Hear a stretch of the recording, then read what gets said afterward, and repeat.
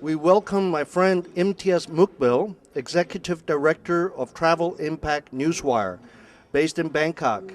Imtiaz is a recognized journalist in Southeast Asia and around the world for his rather unique impressions and views and feelings about the world, specifically travel and tourism. Welcome, Imtiaz.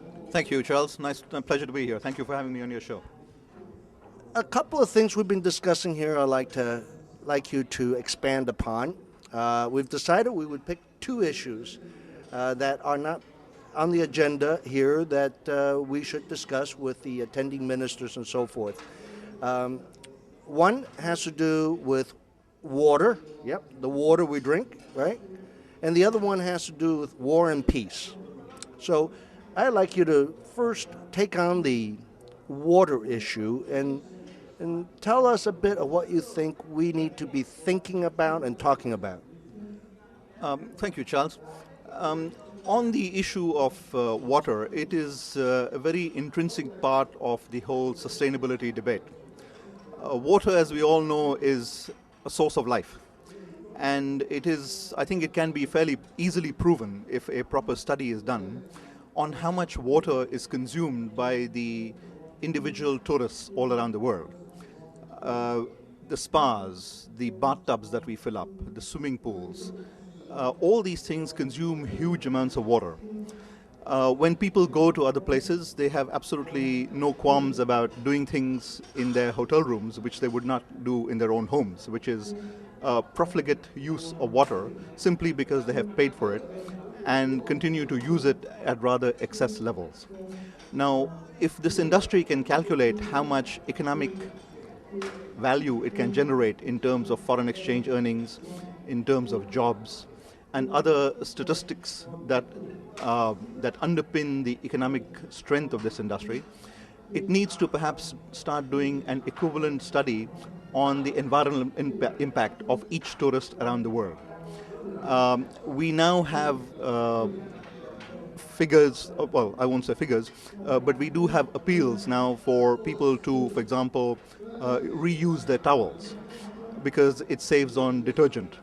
But at the same time, we also need to understand that with water problems becoming extremely severe around the world, largely because of climate change, and rivers drying up, and global warming becoming a major issue, and drought in many places around the world, and the increasing emphasis on tourism being placed in many of the desert countries, we need to start focusing on how much water is actually consumed, because water, like oil in a way, is perhaps going to be a finite resource.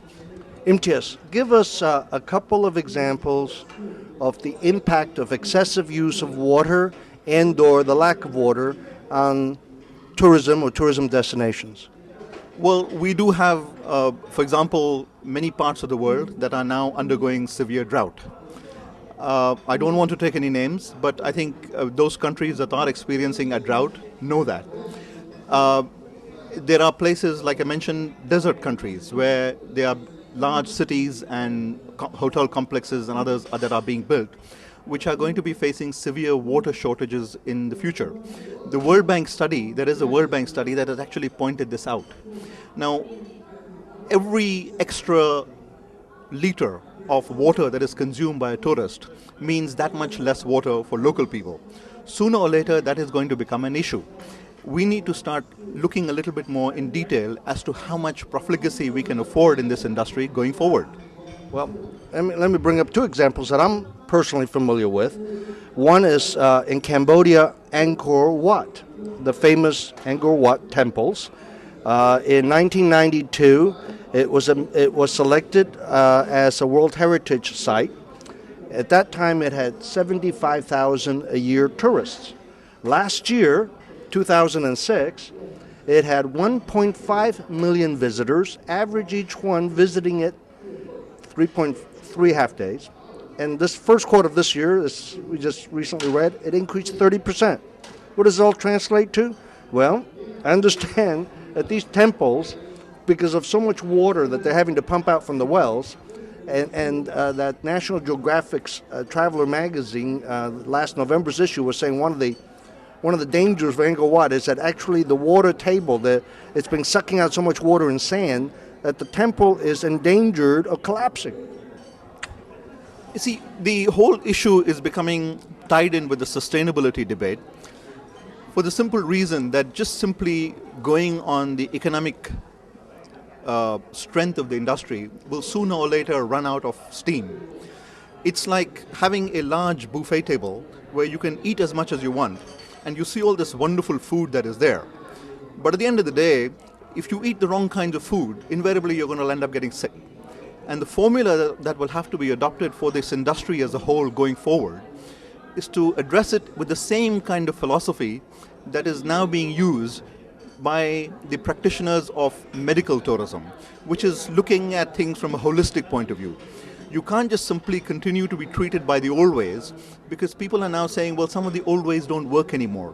We need to go back and look at some more natural ways of doing things. And that fundamentally involves primarily a complete change in lifestyle, which means the old ways of living are no longer sustainable because they're making you feel unwell. Then you go back and try and fix those problems by going to a spa or going to a health and wellness retreat or undertaking some kind of what they call a rejuvenation treatment of some kind. Well, the industry is sooner or later going to be able to do that, going to have to do that, because at the moment all it is doing is becoming fat and bloated, which is not necessarily mean being a healthy industry. There's a big difference between that.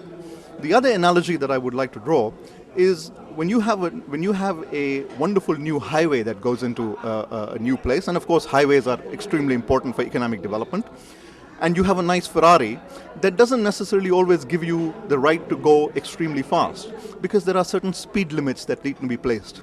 And speed limits are placed on any highway because it's good for the general public. It reduces accidents, it prevents from people from being killed.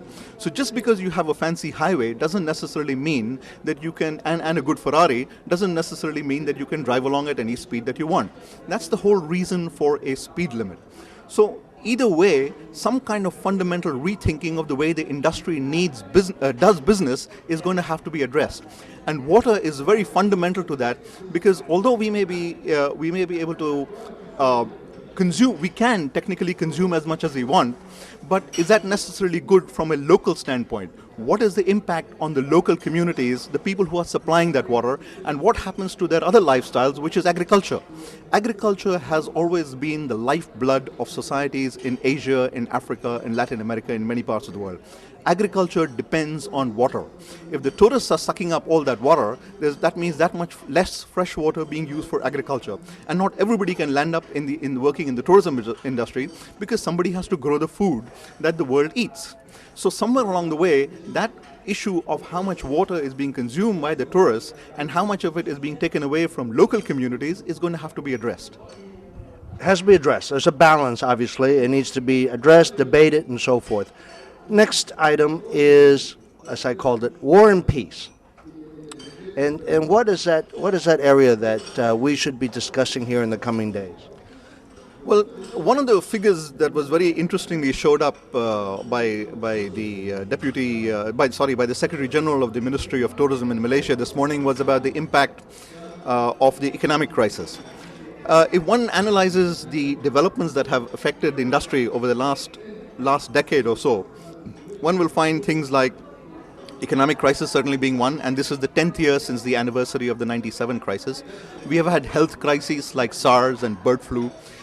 We have had other issues like, for example, terrorism, which is now becoming quite a scourge. But terrorism, if one looks at it from a broader perspective, is a direct result of geopolitical issues, which are essentially man-made. Now, if a problem is caused by man, it can pretty much be fixed by man. And if it is caused by democratically elected leaders, then it is up to us, people who elect these leaders, to hold them accountable for mistakes, for which we then end up paying both the price as well as the costs. Now, let me just elaborate on that. Costs really involve all the money that gets spent on installing scanning machines, fingerprinting technologies, smart cards, e-passports, all these things, which essentially were unheard of a couple of years ago. Yes, they may be necessary, but at the end of the day, each one of these scanners and other technological fixes that we throw at these problems are costing money. The price that we pay is because of the fact that people are becoming sort of suspicious of each other, and if that can then tied into things like immigration and others. The world after the Berlin Wall fell and after communism fell, it was widely forecast that there would be peace and stability and security in the world. Well, that has not happened. If that has not happened, then one needs to understand why it has not happened. Terrorism is only a manifestation of injustice, frustrations, hopelessness, despair, poverty. And as a result of that, it's violence that stems from that. So one needs to look at all these gamut of problems that have emerged and say, do we only fix these issues by throwing another technological fix at it, which costs us money? Or do we look at addressing it from a wider geopolitical perspective that says, we as an industry, with all the millions of people who work in it and all the direct and indirect jobs that depend on it, need to look at some other ways to underpin our fundamental raison d'etre, which is that we are an industry of peace. We bring people together like never before. We focus on the heritage, the cultures, the friendships, the hospitality, all the things that we do as an industry, which no other industry in the world does. Not the banking business, not the telecommunications business, not the textile business, not the construction business. We in the travel and tourism industry essentially bring people together. Today what is happening is that there are schisms that are emerging between peoples, and these are all man-made problems, largely by misguided political leaders whom we need to bring in order. And political leaders will not do anything unless there is public pressure. So far, this industry is not doing enough to exert public pressure to make political leaders accountable for the mistakes that they're making, as a result of which there is this much feared clash of civilizations that is beginning to emerge. We need to find ways of addressing that. So far, nobody does anything because it's supposed to be too sensitive. Well, if we don't discuss it, we'll never get a solution, and we need to bring these things out into global forums. We are an industry of peace. I like that. I mean, that is true. On the other hand, of course, ministers of tourism are generally are a lower level ministry position in most countries, and they don't really decide things like war and peace and immigration and such. So what can ministers of tourism, which is what at this conference are at, what do you suggest that we have discussions about it, yeah, and what else? Charles, war and peace are everybody's business. In a globalized world, as you are aware, things that happen in different far corners of the world land up impacting on people in other corners of the world. It's just like a pandemic. An economic crisis, a stock market crash that occurs in one part of the world, sooner or later sweeps across other parts of the world and has an effect somewhere else. In a globalized world where public accountability, transparency and democracy are becoming buzzwords, it behooves everyone in the industry, no matter who we are or where we are, to make leaders accountable to underpin and underscore those fundamental elements of peace on which we survive. If we do not allow these things to happen, if we do not allow ourselves to empower our ministers in a way to say, you got to do something about this. It's only by saying, let's find a way that a way will be found. If we do nothing, nothing will get done. And eventually, sooner or later, we'll all end up getting affected because political leaders then will say, well, there's not enough public pressure to do anything about it, so I'll just continue to do whatever I'm essentially doing. And they will only pander to the local constituents. They will not look at a global ramifications of what we are doing. And today, there is no such thing as a local problem. Everything, as sooner or later, becomes globalized, and that's what globalization is all about. Imtiaz, thank you so much for spending some time with us and sharing your thoughts, which are always, always wonderful and provocative and thought-provoking. Thank you for the opportunity.